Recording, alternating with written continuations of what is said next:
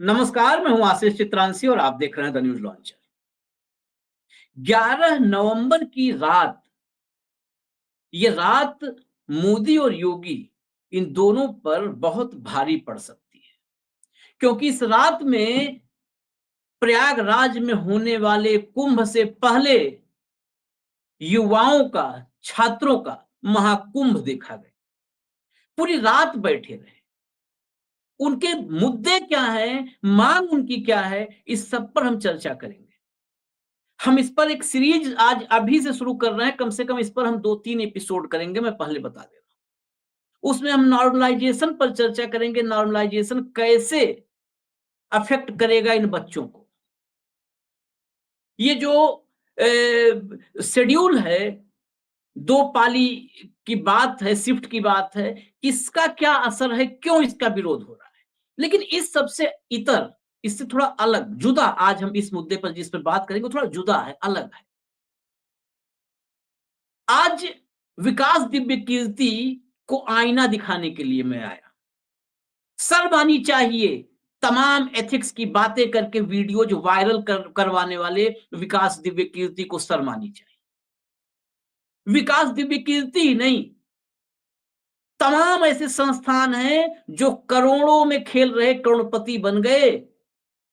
खेत बेच करके, फसलें बेच करके, फीस देने वाले छात्र जो सिविल सर्विसेज में आना चाहते हैं, आईएएस पीसीएस बनना चाहते हैं, वो घर से खेत बेचते हैं, उनके पिता फसल बेचते हैं, वो अनाज बेचते हैं, वो पैसा लाते हैं, फीस भरते हैं और उससे लग्जरी लाइफ जीने वाले तमाम कोचिंग संस्थानों के टीचर, मालिकान, वो कितने बेशर्म हैं।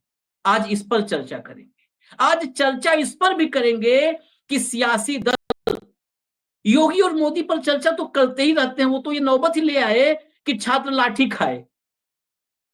लेकिन जो विपक्षी दल बात करते हैं यूथ की बात, रोजगार की बात करते हैं, शर्म तो उन्हें भी नहीं आती है। अब तक 24 घंटे में किसी विपक्षी दल का नेता, उसका प्रतिनिधि क्यों नहीं छात्रों के बीच पहुंचा? आज ये भी सवाल। छात्र कैसे बैठे हैं सड़कों पर, मैं वहां के ग्राउंड रिपोर्ट आपको बताऊंगा। और मैं ये निवेदन करूंगा कि हर परिवार में बच्चा है और हर बाप माँ का सपना होता है कि बच्चा मेरा कलेक्टर बने। तो इस रिपोर्ट को जरा समझिएगा कि शोषण का तंत्र सिर्फ सत्ता में नहीं है, हर जगह पर शोषक तत्व बैठे हैं। कहीं कोचिंग संस्थान की शक्ल में, कहीं गुरु के शक्ल में, कहीं टीचर के शक्ल में, जो जो कहता है, कोई शिक्षक के शक्ल में, कहीं मोटिवेटर के शक्ल में बैठे हैं शोषक। ये प्रयागराज में जो बच्चे बैठे हैं वो पूरी रात बैठे थे। मैं आपको पहले मोदी जी के एक भाषण की क्लिप सुनवाता हूं, जरा सुनिए इसको। कंट्रोल रूम, जरा मोदी जी के भाषण की क्लिप आपके पास है, उस चला दीजिए, चलाइए। भाजपा सरकार बनेगी, वो सरकार में भी ज्यादा से ज्यादा युवाओं को पक्की नौकरी देगी।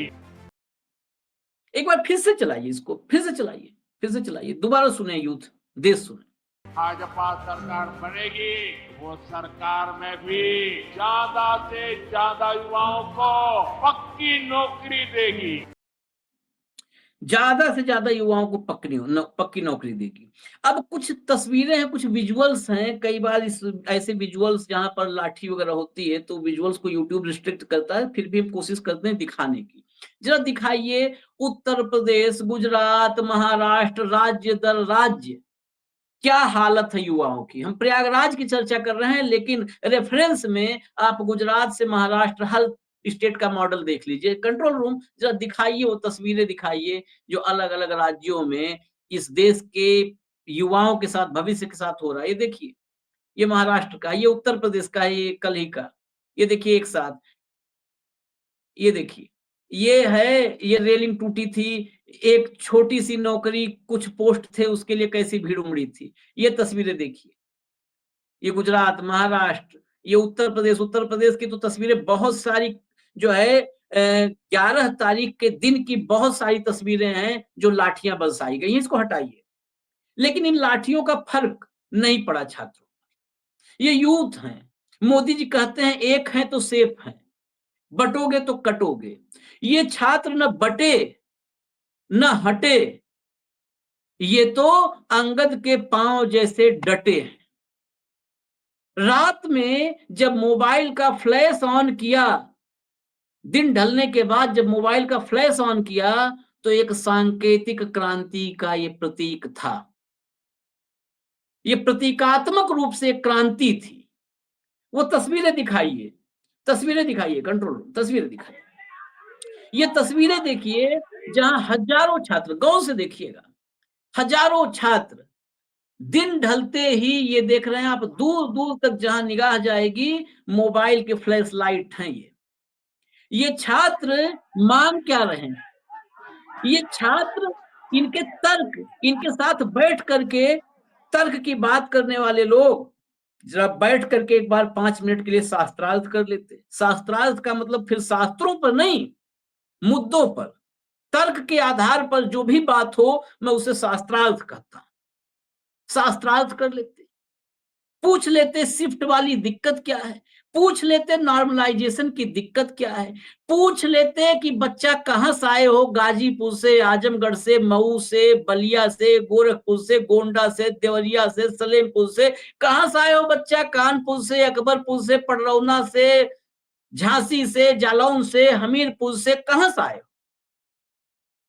और बच्चा बैठे हो रोड पे, तो खाने कहां से, दाना कहां से आएगा खाने के लिए? रोटी सब्जी पकौड़ी खिचड़ी कुछ मिलेगा? कैसे मिलेगा? आंदोलन, शांतिपूर्ण आंदोलनों की परंपरा रही है हिंदुस्तान में, क्रांति तो कभी हुई नहीं। शायद यही इस देश के समाज में आमूल चूल बदलाव के पीछे एक सबसे बड़ी कमी रह गई। दुनिया में जितने बड़े भौगोलिक क्षेत्र हैं, सबने, बड़े भौगोलिक या सांस्कृतिक क्षेत्र, सबने क्रांतियां देखी है, और उसके बाद वहां का समाज पूरी तरह से आमूल चूल परिवर्तन हुआ, जड़ से बदल गया।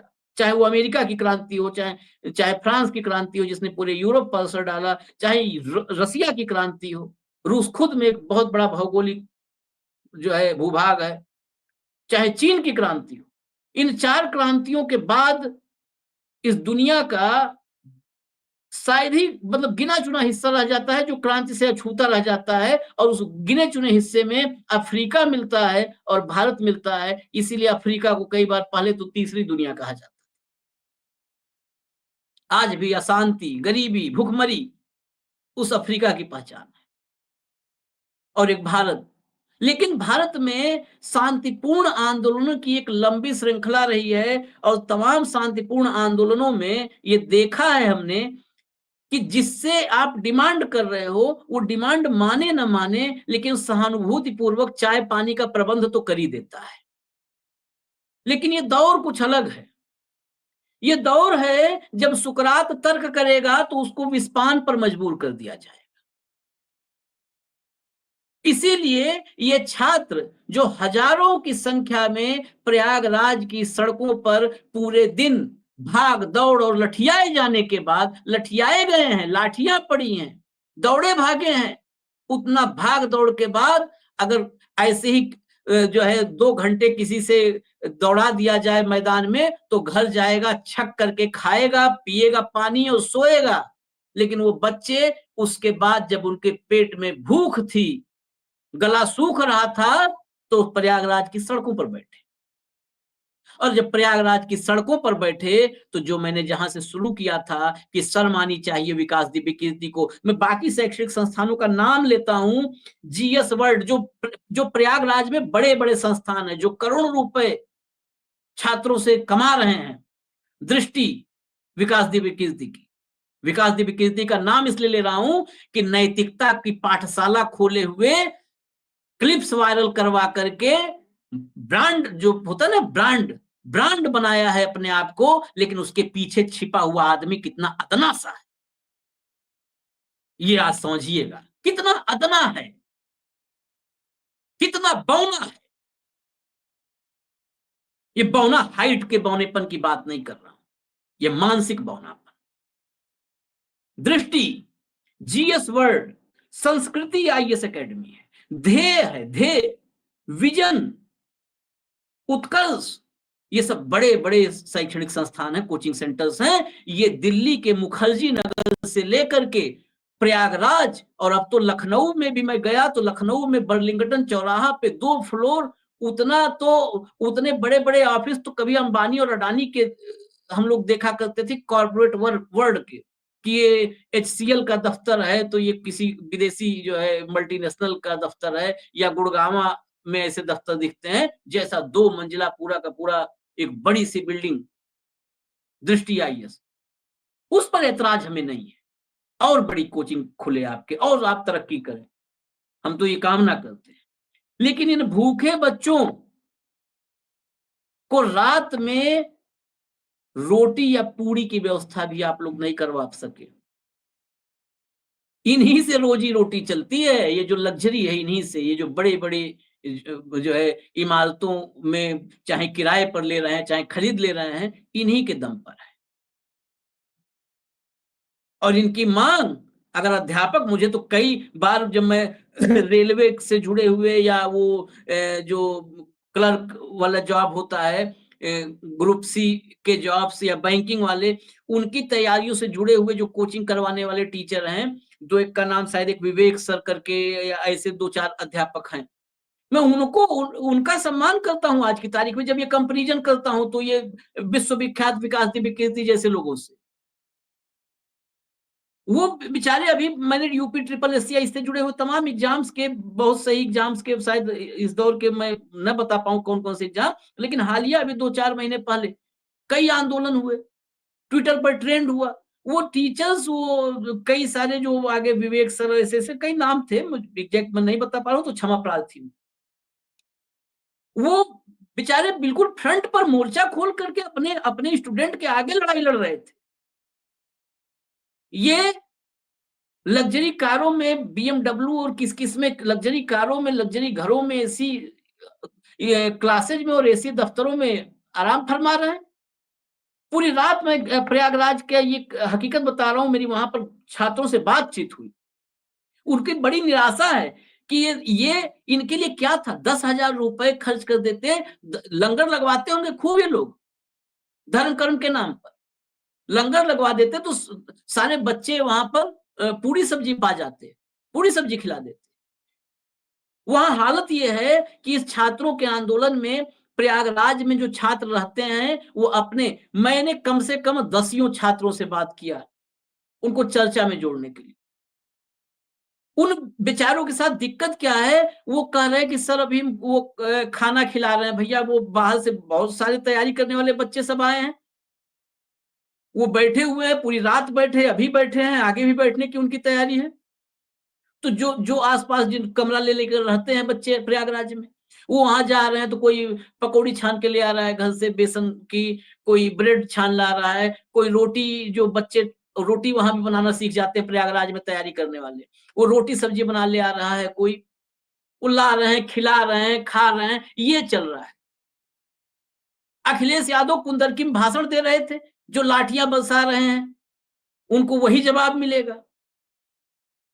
अरे आप अपने किसी प्रतिनिधि को छात्र सभा योजन सभा आज मैं अखिलेश यादव आपको भी कहूंगा कि यहां पर आप भी शर्मिंदगी के पात्र हैं आपको भी शर्मिंदा होना चाहिए कुछ नहीं आप कर सकते थे आप उपचुनाव चल रहा है बगल में फूलपुर है वहां भी जाते फूलपुर चले जाते उसी के साथ आधा घंटा वहां पे खड़े हो जाते उनका आंदोलन राजनीतिक नहीं है लेकिन खड़े हो जाते हैं तो उनको लगता है कि कोई तो राजनीतिक दल उत्तर प्रदेश का जो दूसरा सबसे बड़ा दल है उसका नेता हमारे साथ खड़ा हुआ है हमारी किसी आफत विपत में कहते ना गांव देसी भाषा आफत विपत आ गई कोई आफत हो कोई विपत्ति हो तो लगेगा ना कि हाँ चलो एक खड़ा है एक युवा नेता है अखिलेश यादव के रूप में खड़ा है हमारे साथ आपके किस काम की छात्र सभा है किस काम की योजन सभा है ये किस काम की सब वाहिनियां और सभाएं हैं कोई पहुंच जाता प्रयागराज में इलाहाबाद विश्वविद्यालय छात्र संघ इस छात्र संघ ने इस देश को कितने बड़े बड़ी हस्तियां दी हैं कितने बड़े बड़े राजनेता दिए हैं उस छात्र संघ के नेता मुंह चुरा रहे हैं पीछे से 50 छात्र भिजवा दो आंदोलन के लिए भीड़ बढ़ाने में उससे क्या है आप वहां पे पानी लेके पहुंचे, शरबत लेके पहुंचे, पूरी सब्जी लेके पहुंचे, अचार लेके पहुंचे, ब्रेड लेके पहुंचे, बन मक्खन लेके पहुंचे, कुछ किए? कुछ नहीं किए। छात्र संघ का कोई प्रतिनिधि नहीं पहुंचा। किस काम की अखिल भारतीय विद्यार्थी परिषद? भाजपा के लिए वोट बटोरने के लिए, नफरत बांटने के लिए, शैक्षणिक संस्थाओं में अराजकता पैदा करने के लिए, विवाद पैदा करने के लिए। ये छात्र हैं, अखिल भारतीय विद्यार्थी परिषद से जुड़े हुए लोग अगर खुद को यूथ और छात्र मानते हो तो उनको भी खड़ा होना चाहिए था। हाँ, अगर किसी इंजन का डब्बा ही मानते हैं कि वो डब्बा जहां इंजन लेके जाएगा वहीं जाएंगे, उनको छात्रों और युवाओं के हितों से कोई मतलब नहीं। ये विंग्स बने क्यों थे? ये स्टूडेंट विंग, चाहे समाजवादी पार्टी को, चाहे कांग्रेस की एनएसयूआई है, चाहे भाजपा की एबीवीपी है, अखिल भारतीय विद्यार्थी परिषद है, ये सब क्यों बने थे?